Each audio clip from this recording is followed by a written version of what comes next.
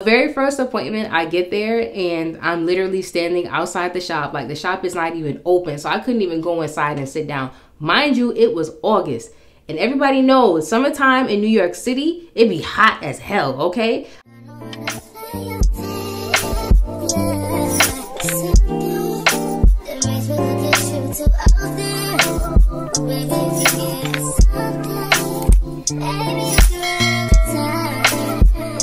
Hey baes, welcome back to my channel, and if you are new, my name is Catherine Alexandra. On today's video, we are going to be talking about why I choose to self-maintain my locks and what are some of the tools that you need if you are someone that is looking into self-maintaining your locks. So I talked about this briefly in a video that I posted a few videos back, and I touched upon the fact that I was going to a loctician. I actually started my locks with the loctician, and then around 8 months into my journey, I stopped going to loctician and I started self-maintaining my locks, right? I never really broke down in detail like a story time as to why I stopped going to locticians, but y'all, I got a lot to say, okay?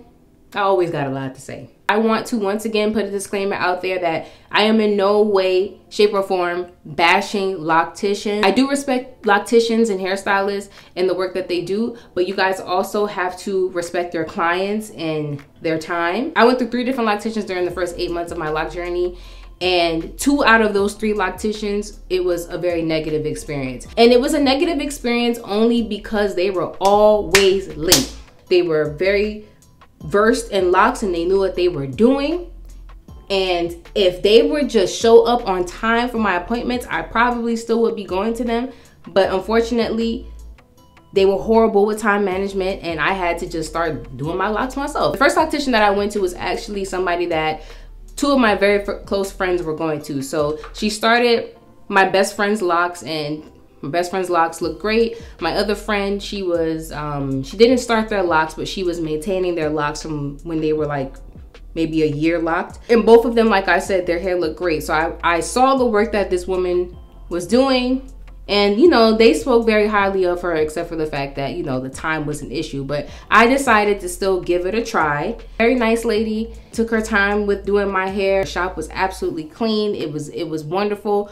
But she was always late for appointments. From the very first appointment that I had with her, and then I gave her like 2 more tries after that, and she was even later than the first time. During this time period, I also moved. I was further away from that first loctician, and because she was already showing up late and I moved further away from her, I was like, I'm not gonna sit down here and stress myself. I'm just gonna find somebody that's closer to me. Went to the second loctician. Again, beautiful shop. She was actually very respectful with time. She was actually always on time for appointments. I will say that, okay? The reason I decided to stop going to her is simply just because I am very, very big on like people's energy, and I try not to be like, I try not to get too in depth into this, but I'm very, very big on people's energy. And in no way, shape, or form, again, am I bashing anybody or talking negatively. But although this loctician was on time, I don't know, it was just something that I was like, I don't know, the energy was just a little off for me. She wasn't the type of loctician that was super chatty during sessions, which I was perfectly okay with, because I am very much the type of person where I want to go in and get my hair done and go home. But the energy for me was just a little off, and so I was like, let me try somewhere else. So I went ahead and found another loctician, and she was actually a loctician that's like very popular on Instagram. It's like, oh, okay, she has like a large following, you know, her work looked really good. The very first appointment, I get there and I'm literally standing outside the shop. Like, the shop is not even open, so I couldn't even go inside and sit down. Mind you, it was August, and everybody knows summertime in New York City, it be hot as hell, okay? I can't even go in the shop because it is literally like barricaded and locked up. She was the one to be opening the shop that day, and she was late. She was like a good 40 minutes late. What really did it for me is that when I saw her, instead of being like, oh my God, I'm so sorry to keep you waiting, this, that, and the third, she didn't say anything. She just said good morning and went ahead and unlocked the door, and we just went right in. And that kind of bothered me because I'm like, first of all, you're late, but I'm also a first-time client for you. Like, you need to be apologizing to me, okay? I should have probably just walked out and kept going. But I was like, ugh, I made my appointment. And then also I would have gotten charged a fee if I had canceled. So I was like, all right, I'm gonna let her do my hair. She actually did a really good job with my hair. When I got into the shop and everything, you know, she was actually very, very talkative. And she did acknowledge that, you know, eventually she did acknowledge that she was late and she apologized for it. And she actually ended up like styling my hair for free. She didn't charge it. So I only paid to get the maintenance done and turn up the retwist, but she didn't charge in terms of like doing a style on me. Okay, great.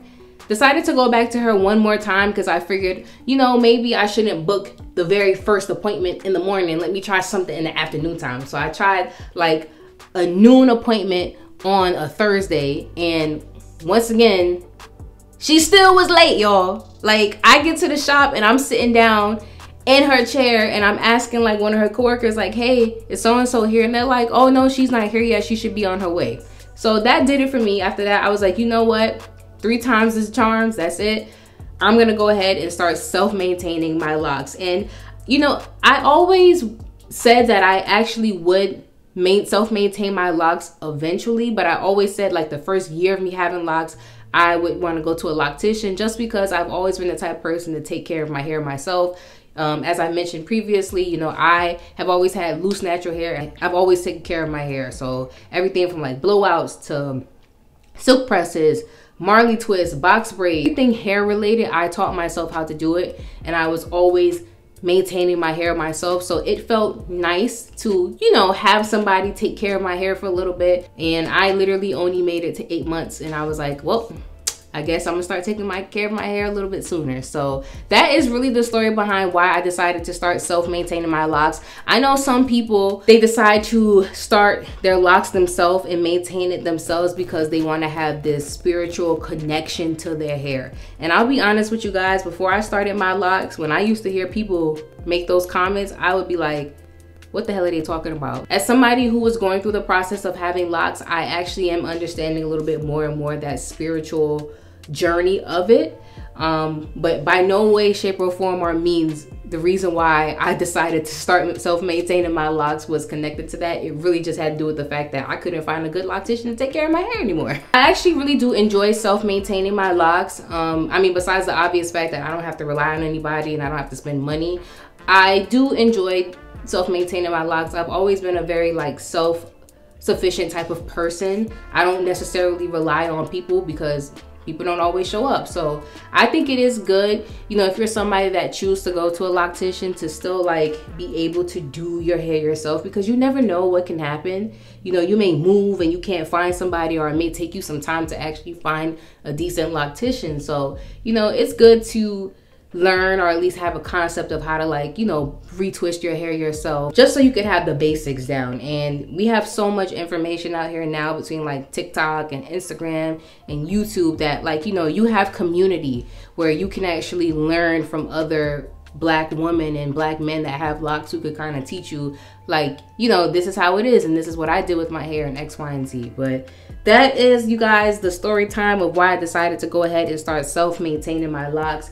I will do another video where I kind of talk more about like my lock journey and the spirituality aspect of it, because now that I am going through it, like I said, I actually have a greater insight as to what people mean when they say those things. But before, I was just like, baby, this is just hair, okay? Like, all right, so if you are somebody that is starting to self-maintain your hair, or you're thinking about self-maintaining your locks, we're gonna go ahead and get into some of the lock tools that you need in order to successfully start self-maintaining your hair. As you know from my story time, I stopped going to locticians and I started self-maintaining my locks around the 8th month of my lock journey, and I have been locked now for a year and 4 months. So I've been self-maintaining my locks for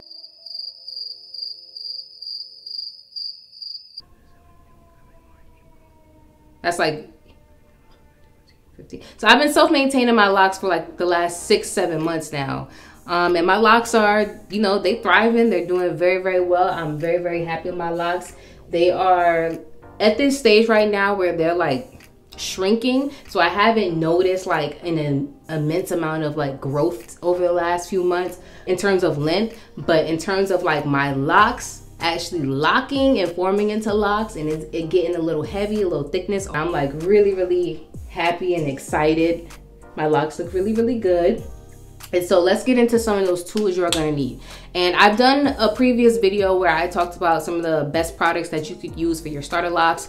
So this video kind of piggybacks off of that. If you're somebody that is going to be retwisting your hair, and you're somebody that is going to be going down the route of using hair gel, lock gel, and I'm gonna explain this in greater detail because we all know that you don't necessarily have to use gel in order to maintain your retwist. But if you're somebody that chooses to go down that route, you wanna make sure that you're using a gel that is lightweight, that doesn't have any buildup, but also has a good hold. Now, if you're somebody that you want to maintain your hair using retwist or palm roll method, but you do not want to use a hair gel, then you can simply use oil to retwist your locks. And in my last video, I showed you guys exactly what my hair oil mix consisted of. So you can use whatever oils that you prefer to use that work well on your hair. Again, you want to make sure that you're using a hair oil that your strands are actually absorbing it.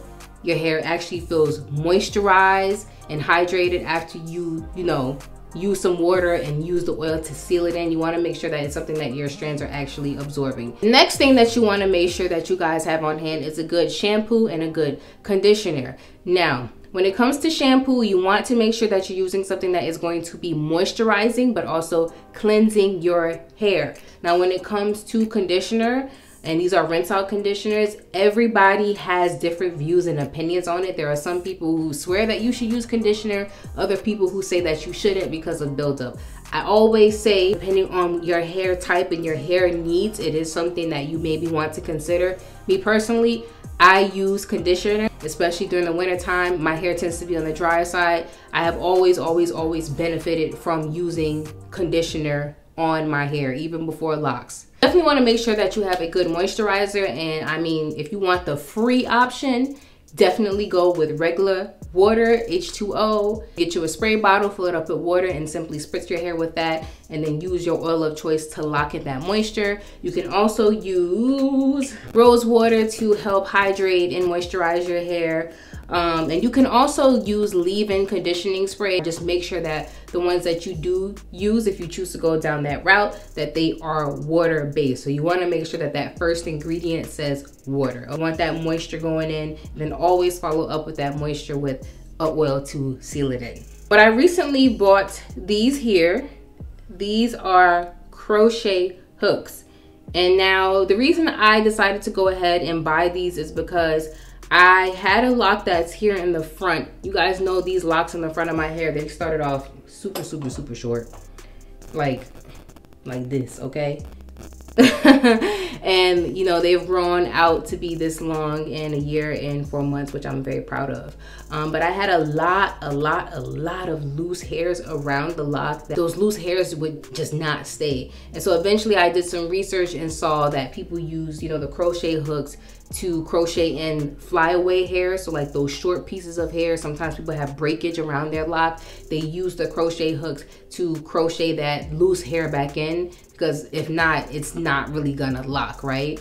So I bought these crochet hooks. I really do think this is a staple tool that everybody should have that is choosing to self-maintain their locks, because there's gonna come a point in time where you're probably gonna have like those flyaway hairs due to breakage, or just hairs that would just not go into the lock. And like I said, for me, it was like this whole lock here in the front, the hairs around it just would not stay. I mean, and it makes sense. It was shorter hairs. It's the hair in the front of my hair. The hairs in the front of my edges are looser textured as well. They're softer, they're finer. And because I didn't want them to like start breaking off because some of my hair was locked and those loose hairs would not lock in, I used a crochet hook to crochet those loose hairs in. And if you guys want to see a video of, you know, how I do that, I will definitely show you guys. There's also a lot of videos out there on YouTube as well. But I think having crochet hooks is definitely a tool you want to make sure you have on hand, because we're all going to probably come to a point in time eventually where we're going to get those flyaway hairs on our locks that are just not going to go into the lock. So that wraps up today's video. I gave you guys a good explanation as to why I decided to self-maintain my locks and some of the tools that you want to make sure you want to have on hand. You want to make sure that you have a good hair gel, a good oil, good moisturizing routine, a good shampoo and conditioner, and you definitely want to make sure that you add some crochet hooks because it will come in handy, okay? So once again, you guys, if you enjoyed this video, make sure that you give it a thumbs up. Leave some comments below, engage with me. Make sure that you go ahead and follow me on my socials. I am on TikTok and I am on Instagram as well, so check me out there. Make sure that you subscribe and turn your notifications on, and I will see you in the next video. Bye-bye.